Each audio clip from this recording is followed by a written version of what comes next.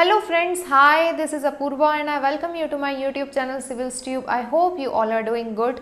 तो आज का जो हमारा लेक्चर है ये हमारी एंशिएंट इंडियन हिस्ट्री की जो सीरीज चल रही है उसी को आगे हम कंटिन्यू करेंगे। लास्ट लेक्चर तक हमने जो वैदिक लिटरेचर वाला पार्ट है उसमें श्रुति टेक्स्ट देख ली थी। श्रुति टेक्स्ट के अंदर हमने पहले वेदास देखे थे, फिर उसके बाद में ब्राह्मण्स जो टेक्स्ट होती वो, अरणायक्स और उपनिषद वो कवर कर लिया था। आज से हम स्मृति टेक्स्ट स्टार्ट करने वाले थे, तो आज हम पढ़ेंगे स्मृति टेक्स्ट के बारे में। तो let's start with today's lecture. अब स्मृति टेक्स्ट में हम सबसे पहले देखेंगे वेदांगा के बारे में। वेदांगा क्या होते हैं? वेदांगा 6 तरीके की ऑक्सिलरी डिसिप्लिन होते हैं ऑफ हिंदुइज्म। अब यहाँ ऑक्सिलरी का मतलब क्या होता है? ऑक्सिलरी का मतलब होता है कोई किसी चीज़ को एक्स्ट्रा हेल्प प्रोवाइड करे। ये जो डिसिप्लिन्स है ये हमको वेदास की अंडरस्टैंडिंग में हेल्प प्रोवाइड करते हैं, इसलिए ये ऑक्सिलरी प्रिंसिपल्स या डिसिप्लिन ऑफ हिंदुइज्म कहलाते हैं और इनका कनेक्शन है with the study of Vedas. ठीक है, ये 6 तरीके के वेदांगास हैं, 6 तरीके के प्रिंसिपल्स हैं जिसके बेसिस पे हम जो वेद्स हैं उनकी स्टडी को अच्छे से कर पाते हैं। तो अब सबसे पहला जो वेदांग है वो क्या है? वो है शिक्षा। अब यहाँ पे शिक्षा का मतलब क्या होता है? शिक्षा का मतलब होता है फोनेटिक्स। फोनेटिक्स का मतलब क्या होता है? फोनेटिक्स स्टडी होती है हाउ टू प्रोनाउंस, किसी चीज़ को कैसे प्रोनाउंस किया जाए उसकी स्टडी को हम बोलते हैं फोनेटिक्स, और उसको यहाँ पे संस्कृत वर्ड जो है उसके लिए वो है शिक्षा। ठीक है, जो वैदिक वर्ड्स होते हैं उनको कैसे प्रोनाउंस किया जाएगा, जो मंत्र होंगे वो किस तरीके से पढ़े जाएंगे, इसकी स्टडी हम यहाँ पे करते हैं शिक्षा जो वेदांग है उसमें। ठीक है, अब इससे रिलेटेड एक बुक है जिसका नाम है प्रतिशाक्य। ये जो प्रतिशाक्य है इसको ओल्डेस्ट टेक्स्ट ऑफ फोनेटिक्स माना जाता है। ठीक है, फोनेटिक्स पे लिखी हुई ये ओल्डेस्ट बुक है। क्या नाम है बुक का? प्रतिशाक्य। आप इस बुक का नाम याद रखिएगा, एग्जाम में डायरेक्टली आ सकता है। और ये डिसिप्लिन किस चीज़ से रिलेटेड है ये तो आपको पता ही होना चाहिए। अब जो हमारा नेक्स्ट जो डिसिप्लिन है वेदांग है वो है कल्पसूत्र। कल्पसूत्र का मतलब क्या होता है? कल्पसूत्र का मतलब यहाँ पे होता है रिचुअल्स। रिचुअल्स को कैसे परफॉर्म किया जाएगा, rules related to perform of Vedic religion, किस तरीके से वैदिक रिलीजन को परफॉर्म किया जाएगा, किस तरीके से जो रूल्स हैं वो बनाए गए हैं, किस तरीके से कौन से भगवान की पूजा कब होगी, किस तरीके से होगी, ये सारी चीज़ें हमको ये कल्पसूत्र जो वेदांग है उससे पता चलती है। ठीक है, अब इससे रिलेटेड 3 टेक्स्ट हैं। एक है श्रुति सूत्र। श्रुति सूत्र में हमको सेक्रीफाइसेस जो होते हैं उनके बारे में इंफॉर्मेशन मिलती है। फिर है गृहा सूत्र। ये जो गृहा सूत्र जो बुक है इसमें फैमिली सेरेमनीज कैसे परफॉर्म की जाएगी उसके बारे में मेंशन है। इसके बाद में एक और है धर्म सूत्र। धर्म सूत्र में बताया गया है कि किस तरीके से अलग अलग वर्ण के लोग किस तरीके से रिचुअल्स को परफॉर्म करेंगे। ये बेसिकली वर्ण से डील करता है। ठीक है, ये हो गया हमारा कल्पसूत्र। इसके पहले हमने पढ़ा शिक्षा, अब हम देखेंगे व्याकरण। व्याकरण 3rd डिसिप्लिन है, 3rd वेदांग है। इसका मतलब होता है ग्रामर। इंग्लिश में हम देखते हैं इंग्लिश ग्रामर पढ़ रहे हैं, हिंदी ग्रामर पढ़ रहे हैं। ग्रामर एक बहुत इंपॉर्टेंट सब्जेक्ट हो जाता है कोई भी कॉम्पिटिटिव एग्जाम निकालने के लिए। तो यहाँ पे संस्कृत ग्रामर की जो स्टडी है उसको हम बोल रहे हैं व्याकरण। ठीक है, अब संस्कृत ग्रामर से रिलेटेड जो फर्स्ट बुक हम देखते हैं या वर्ल्ड की ओल्डेस्ट ग्रामर बुक यदि हम देखते हैं तो वो है पाणिनि की अष्टाध्यायी। आपको ये बिल्कुल याद होना चाहिए, एग्जाम में डायरेक्ट क्वेश्चन आता है, तो please remember the name of this book. Ashtadhyayi किसने लिखी है? पाणिनि ने लिखी है और ये ओल्डेस्ट बुक है ऑन व्याकरण।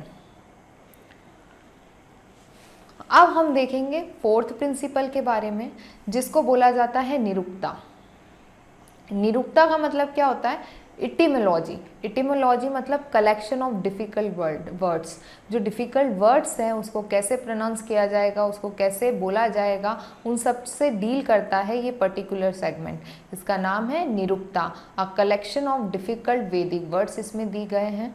और इससे रिलेटेड बुक है निघंटु। निघंटु जो बुक है oldest word collection of the world माना जाता है। ठीक है, इस बुक में काफ़ी सारे वर्ड्स दिए हुए हैं, उनके मीनिंग्स दिए हुए हैं, मतलब कि आप इसको ओल्डेस्ट डिक्शनरी भी बोल सकते हैं। क्या नाम है बुक का? निघंटु। इसका नाम याद रखिएगा। अब जो हमारा 5th प्रिंसिपल है वो है छंद। छंद का मतलब क्या होता है? छंद का मतलब होता है मैट्रिक्स, मेजरमेंट। ठीक है, ये भी एक डिसिप्लिन है वेदास से रिलेटेड। इससे रिलेटेड एक बुक लिखी गई है, उसका नाम है छंद सूत्र, लिखी है पिंगल ने। फेमस टेक्स्ट है ये, याद रखना। छंद सूत्र किससे रिलेटेड है? जो मैट्रिक्स जो होता है, मेजरमेंट वगैरह, उससे रिलेटेड टेक्स्ट है। अब जो लास्ट ऑक्सिलरी डिसिप्लिन है वो है ज्योतिष। ज्योतिष मतलब कि आपका जो एस्ट्रोलॉजी होती है उसको हम बोलते हैं ज्योतिषी। इसमें आप वेदांग ज्योतिष जो बुक है ये ओल्डेस्ट ज्योतिष टेक्स्ट मानी जाती है वर्ल्ड की। ठीक है, तो इस तरीके से ये जो 6 प्रिंसिपल्स हैं, ये जो 6 डिसिप्लिन्स हैं ऑफ हिंदुइज़्म, ये आपको हेल्प करते हैं वेदास को समझने में। उनके क्या रिचुअल्स हैं, कैसे वहाँ पे वर्ड्स पढ़े जाएंगे, कैसे उनको प्रोनाउंस किया जाएगा, कैसे मेजरमेंट होता है, कैसे एस्ट्रोलॉजी होती है, इन सारी चीज़ों की इन्फॉर्मेशन हमको ये डिसिप्लिन्स के बारे में पढ़कर मिलती है। तो ये जो वेदांग जो पार्ट था वो ख़त्म हो गया हमारा, ये स्मृति टेक्स्ट में आता है। अब जो next type of Smriti text है वो है एपिक्स। एपिक्स को हम महाकाव्य भी बोलते हैं, हिस्ट्री, इतिहास भी बोलते हैं। ये कहानी है, कोई इम्पॉर्टेंट स्टोरी है, उसके कलेक्शन को हम बोलते हैं एपिक्स। ठीक है, अब इंडिया के हिंदू रिलीजन के 2 सबसे इम्पॉर्टेंट एपिक्स हैं, वो है रामायण और महाभारत। हम दोनों के बारे में डिटेल में देखेंगे कि किससे हमको क्या बहुत इम्पॉर्टेंट चीज़ मिलती है। अब यदि हम महाभारत की बात करते हैं तो महाभारत किसने लिखी है? महर्षि वेद व्यास ने लिखी है महाभारत। ये वर्ल्ड की लॉन्गेस्ट एपिक मानी जाती है, longest epic of the world कहा जाता है इसको। इसके अंदर 1 लाख वर्सेस लिखे गए हैं और अराउंड 1.8 मिलियन वर्ड्स हैं इस बुक में। ठीक है, तो 1.8 मिलियन वर्ड्स यानी कि अराउंड 18 लाख वर्ड्स लिखे गए हैं। तो आप समझ सकते हैं कि कितना बड़ा और कितना बड़ी ये बुक है, ये एपिक है। इसके अंदर 24,000 वर्सेस लिखी हुई एक शॉर्टर महाभारत बनाई गई है, जिसको भारत शॉर्टर वर्जन बोलते हैं महाभारत का। इसमें 24,000 वर्सेस है। ठीक है, अभी जो हमारी जो ओल्डेस्ट और लॉन्गेस्ट महाभारत है, ओरिजिनल जो बुक है, उसमें 18 पर्वंस हैं। पर्वांस मतलब क्या होता है? चैप्टर्स। ठीक है, कितने चैप्टर्स हैं? 18 चैप्टर्स हैं। जो भीष्म पर्वन इसका चैप्टर है, उसके अंदर से हमने भगवत गीता को अलग किया है। अब जो हमारा नेक्स्ट इम्पॉर्टेंट काव्य है वो है रामायण। रामायण लिखी है महर्षि वाल्मीकि ने। ठीक है, वाल्मीकि ने लिखी है, 24,000 वर्सेस है इस बुक में। Oldest epic of the world माना जाता है। महाभारत जो है वो longest epic of the world है और oldest epic of the world कौन सी कहलाती है? वो कहलाती है रामायण। ठीक है, इसके अंदर 24,000 श्लोक्स हैं और 17 कांड्स हैं। कांड्स को आप चैप्टर बोल सकते हो। जब आप रामायण पढ़ते हैं तो इसमें हम बाल कांड, सुंदर कांड, इस तरीके से 7 कांड्स पढ़ते हैं, इसलिए इसके 7 चैप्टर्स हैं। और इसमें जो फर्स्ट और 7th जो कांड है, फर्स्ट और 7th जो चैप्टर है, इसको बहुत बाद में इस बुक में ऐड किया गया, इस एपिक में ऐड किया गया। ठीक है, तो ये हमारी इम्पॉर्टेंट एपिक्स है, महाभारत और रामायण। अब हम दूसरी स्मृति टेक्स्ट के बारे में देखेंगे, ये है पुराण। हिंदू रिलीजन में अराउंड 18 मेजर पुराण्स हैं। कितनी? 18 मेजर पुराण्स हैं और ये 5 सब्जेक्ट से डील करती है। हमको ये जो पुराण से ये भगवान से रिलेटेड होती है, अलग अलग स्टोरीज़ दी हुई है इनके अंदर, विष्णु पुराण, इस तरीके से अलग अलग पुराण से। इसमें हमको काफ़ी कुछ जानने मिलता है, काफ़ी कुछ अंधविश्वास से रिलेटेड स्टोरीज़ हैं, कुछ हिंदू फिलॉसफी से रिलेटेड स्टोरी है, भगवान के पुनर्जन्म, बार बार अवतार, जैसे कि विष्णु जी के जो 10 अवतार हैं उसके बारे में मेंशन है। तो इस तरीके से काफ़ी कुछ इन्फॉर्मेशन पुराण में दी हुई है। अभी क्या क्या चैप्टर से डील करती है? सबसे पहला चैप्टर है सर्ग। सर्ग का मतलब क्या होता है? क्रिएशन ऑफ द वर्ल्ड, ये बताया गया है इसमें। फिर दिया है प्रतिसर्ग, कि वापस से कैसे, तब एक बार वर्ल्ड डिस्ट्रॉय हो गया तो वापस कैसे रिक्रिएट हुआ, ये भी इसमें दिया है। अब इसमें वामशा करके से भी डील करता है। वामशा का मतलब क्या होता है? जिनोलॉजीज ऑफ गॉड्स एंड ऋषिज, कौन से ऋषि किससे रिलेटेड हैं, किसका क्या फैमिली का वो है, ये सारी चीज़ें जो हैं वो हमको पता चलती हैं वामश करके जो चैप्टर है उससे। फिर है मनवंतार। मनवंतार से हमको पता चलता है फर्स्ट ह्यूमन के बारे में पता चलता है, ह्यूमन का बर्थ कैसे हुआ, कैसे आए, वर्ल्ड कैसे आगे बढ़ा, ये डेथ बर्थ की साइकिल क्या है, ये सारी चीज़ें हमको पता चलती हैं।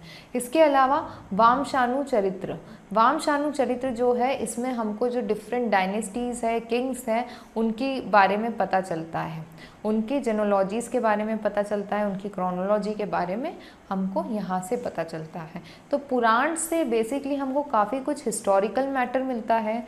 इसके अलावा एक हिंदू फिलॉसफीज़, हिंदू रिलीजन की जो करप्ट प्रैक्टिसेस हैं उसके भी बारे में काफ़ी कुछ इन्फॉर्मेशन हमको इससे मिलती है।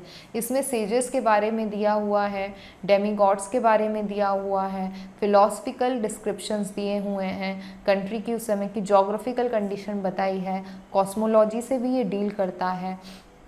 अब ये देखिए लाइन आ गई, कलर्ड विथ सुपरस्टिशन, काफ़ी सारे अंधविश्वास जुड़े हुए हैं इससे, और जो corrupt practice, corrupt form of Hindu philosophy है उसके बारे में भी हमको इससे पता चलता है। ठीक है, तो पुराण बेसिकली हमको हिस्टोरिकल सोर्स के रूप में काफ़ी हेल्प करते हैं। उसके अलावा हिंदू प्रैक्टिसेस के बारे में भी काफ़ी कुछ इन्फॉर्मेशन प्रोवाइड करते हैं। अब जो नेक्स्ट जो स्मृति टेक्स्ट है वो होती है उपवेदा। उपवेदा क्या होता है? उपवेदा मतलब कि वेद से ही निकले हैं, वेद्स के बेसिस पे ही ये टेक्स्ट आई हैं। ये बेसिकली वेद से जो अप्लाइड नॉलेज है, जो ऋग्वेद, सामवेद, यजुर्वेद और अथर्ववेद है, उसमें जो अप्लाइड नॉलेज से रिलेटेड जो भी मैटर हमको मिला है उसको हमने एक पर्टिकुलर डिसिप्लिन के तौर पे पढ़ा है। ठीक है, तो उसको हम बोलते हैं उपवेद। जैसे कि आयुर्वेद, आयुर्वेद जो एक अप्लाइड नॉलेज है, ये नॉलेज हमको मिलता है ऋग्वेद से। इसमें हमको मेडिसिन के बारे में पता चलता है। ठीक है, तो आयुर्वेद कहाँ से आया है? ऋग्वेद से आया है, जो मेडिसिन से डील करता है। ये एक अप्लाइड साइंस है, एक अप्लाइड नॉलेज है जो हमको ऋग्वेद से पता चलता है। दूसरा जो अप्लाइड नॉलेज है वो है धनुर्वेद। धनुर्वेद के बारे में हमको इन्फॉर्मेशन मिलती है यजुर्वेद से। ठीक है, ये धनुर्वेद क्या होता है? आर्चरी, ये तो धनुष चलाने का जो तरीका होता है, इन सब चीज़ों के बारे में जो नॉलेज है हमको यजुर्वेद से मिलता है। अब जो नेक्स्ट डिसिप्लिन है वो है गंधर्व वेद। गंधर्व वेद कहाँ से आता है? सामवेद। पहले ही हमने पढ़ा कि जो ओरिजिन है इंडियन म्यूज़िक का वो सामवेद से होता है, तो गंधर्व वेद सामवेद से आता है। क्या बताता है ये? म्यूज़िक और डांस के बारे में बताता है। ठीक है, अब है शिल्पवेद। शिल्पवेद कहाँ से हमको इसका ओरिजिन होता है? इसका ओरिजिन होता है अथर्ववेद से। अथर्ववेद से हमको इसके बारे में पता पड़ता है। ये किस चीज़ से रिलेटेड है? Science of craft, art, architecture से रिलेटेड है शिल्पवेद। ठीक है, तो इस तरीके की ये चार जो डिसिप्लिन्स हैं ये हमको वेद से ही मिलते हैं। वेद्स में जो नॉलेज दिया गया है उसके बेसिस पे क्या हम अप्लाई कर सकते हैं रियल लाइफ में, उस पर ये उपवेद्स बनाए गए हैं। ठीक है, तो ओवरऑल जो मैक्सिमम चीज़ें हम पढ़ते आ रहे हैं, पहले तब हमने जो श्रुति टेक्स्ट पढ़ी थी उसमें जितने भी थे ब्राह्मण थे, फिर उसके बाद में अरणायक, फिर उपनिषद, वो सारी चीज़ों का जो ओरिजिन था वो कैसे हुआ था? तो वो सब हुआ था वेद से। अब हम जब स्मृति टेक्स्ट पढ़ते हैं तो स्मृति टेक्स्ट के अंदर पुराण तो अलग है, अलग से लिखी गई है, जो एपिक्स हैं वो अलग हैं, बट जो हमारे वेदांगा हैं वो और ये वाला जो पार्ट है उपवेद, ये किससे रिलेटेड है? तो ये वापस वेद से रिलेटेड है। अब हम पढ़ लेते हैं फिलॉसफीज। ये शब्द दर्शन कहलाते हैं। शब्द का मतलब होता है सिक्स, दर्शन मतलब फिलॉसफी। ठीक है, 6 ऑर्थोडॉक्स स्कूल आर कॉल्ड शब्द दर्शन। 6 Orthodox philosophy of Hindu religion कहलाती है ये। नाम क्या है इनके? न्याय, सांख्य, योग, वैशेषिक, पूर्व मीमांसा और उत्तर मीमांसा, ये सारी फिलॉसफी है। इनका ओरिजिन हुआ है उपनिषद से, तो इनडायरेक्टली ये वेद से ही हमको मिलती है।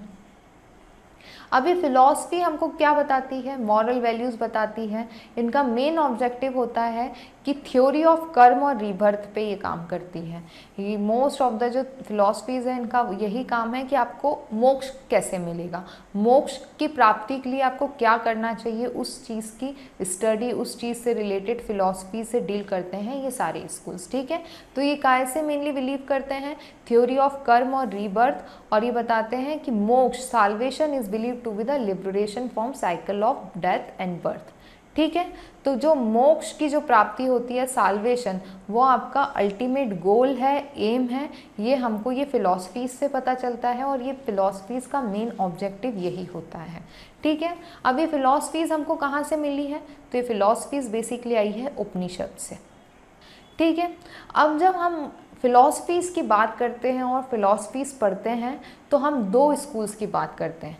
आप देख रहे हैं, एक ऑर्थोडॉक्स हमने पढ़ा, 6 ऑर्थोडॉक्स स्कूल ऑफ फिलॉसफी और हिंदू फिलॉसफीज। इसी तरीके से हेट्रोडॉक्स होती है। ऑर्थोडॉक्स का मतलब हम आस्तिक बोलते हैं और हेट्रोडॉक्स को नास्तिक भी बोलते हैं। Orthodox believe in Vedas, consider as supreme knowledge, secret to salvation in Vedas. अब ये जो ऑर्थोडॉक्स स्कूल हैं ये मानते हैं कि वेदास जो है वो सुप्रीम नॉलेज है, वहीं से हमको सारा नॉलेज मिलता है, और जो साल्वेशन है मतलब जो मोक्ष की प्राप्ति होगी वो हमको इस वेदास के थ्रू ही होगी। बट जो हेट्रोडॉक्स जो स्कूल है वो वेदास में बिलीव नहीं करती और वो क्वेश्चन करते हैं एग्जिस्टेंस ऑफ गॉड पे। ठीक है। यहाँ पे हम जो 6 स्कूल्स देखने वाले हैं वो शतदर्शन, ये ऑर्थोडॉक्स स्कूल है, और हेट्रोडॉक्स जो स्कूल है वो इम्पॉर्टेंट स्कूल हम डिटेल में पढ़ेंगे, जैसे कि बुद्धिज़्म और जैनिज़्म। ये तो हमको काफ़ी डिटेल में पढ़ना है क्योंकि एग्ज़ाम में ऐसा शायद ही होता होगा कि कभी इस पर्टिकुलर टॉपिक से क्वेश्चन नहीं आए। तो बुद्धिज़्म और जैनिज़्म तो हमको काफ़ी डिटेल में ही पढ़ना है। जो फिलॉसफी है उसको माना जाता है कि ये प्रैक्टिकल नेसेसिटी है to lead the best possible life को अच्छी तरीके से जीने के लिए फिलॉसफी का होना बहुत ज़रूरी है। आपका एक फ़िलॉसफी होना चाहिए कि आपको लाइफ इस तरीके से जीना है। ठीक है। अब ये फ़िलॉसफीज़ हम इनके दर्शन, इनके नाम देख लेते हैं, फ़िलॉसफी के इनके फाउंडर्स देख लेते हैं और इनसे रिलेटेड जो बेसिक टेक्स्ट है वो देख लेते हैं। तो फर्स्ट फ़िलॉसफी कौन सी है? फर्स्ट फ़िलॉसफी है सांख्य दर्शन। इसके फाउंडर थे कपिल, और इस टेक्स्ट का जो बेसिक नाम है जिससे हमको इसके बारे में पता चलता है वो है सांख्य सूत्र। ठीक है। नेक्स्ट जो टेक्स्ट है वो है, नेक्स्ट जो दर्शन है, जो फिलॉसफी, उसका नाम है योग दर्शन। ये पतंजलि ने लिखी है। इसके बारे में इंफॉर्मेशन हमको योग सूत्र से मिलती है। अब जो नेक्स्ट है वो है न्याय दर्शन। न्याय दर्शन जो लिखी है अक्षपदा गौतम ने लिखी है। ये इसके बारे में हमको न्याय सूत्र से पता चलता है। अब जो नेक्स्ट है वो है वैशेषिका। ये जो वैशेषिका जो फिलॉसफी है ये कन्नड़ ने लिखी है और इसकी जो बुक है वो है वैशेषिका सूत्र। मोस्ट ऑफ द जो टेक्स्ट है वो जो फिलॉसफी है उसी के नाम पे उसका नाम है। अभी जो पूर्व मीमांसा जो फिलॉसफी है ये जैमिनी ने लिखी है। इसका नाम है पूर्व मीमांसा सूत्र। सॉरी बाय मिस्टेक, मैं यहाँ पे 6th जो फिलॉसफी है उसके बारे में लिखना भूल गई। जो 6th फिलॉसफी है उसका नाम है उत्तर मीमांसा। 6th जो फिलॉसफी है उसका नाम है उत्तर मीमांसा, जो कि बद्रायन ने दी है। और जो जिस टेक्स्ट से हमको इसके बारे में पता चलता है उसको हम बोलते हैं वेदांता सूत्र और बद्रायन सूत्र।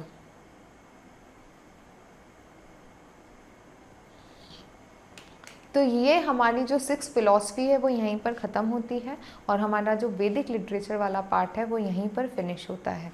अब जो हमारा नेक्स्ट लेक्चर होगा उसमें हम स्टार्ट करेंगे वैदिक पीरियड, 1500 BC से लेकर जो 1000 BC तक का पीरियड है पहले वो देखेंगे और फिर हम उसके बाद में लेटर वैदिक पीरियड देखेंगे। Thank you for watching this session. यदि आपको हमारा ये सेशन अच्छा लगता है तो प्लीज़ लाइक करें, सब्सक्राइब करें, ज़्यादा से ज़्यादा शेयर करें और आप बेल आइकन पे प्रेस करें ताकि आपको लेटेस्ट नोटिफिकेशन मिल सके हमारे वीडियो का। थैंक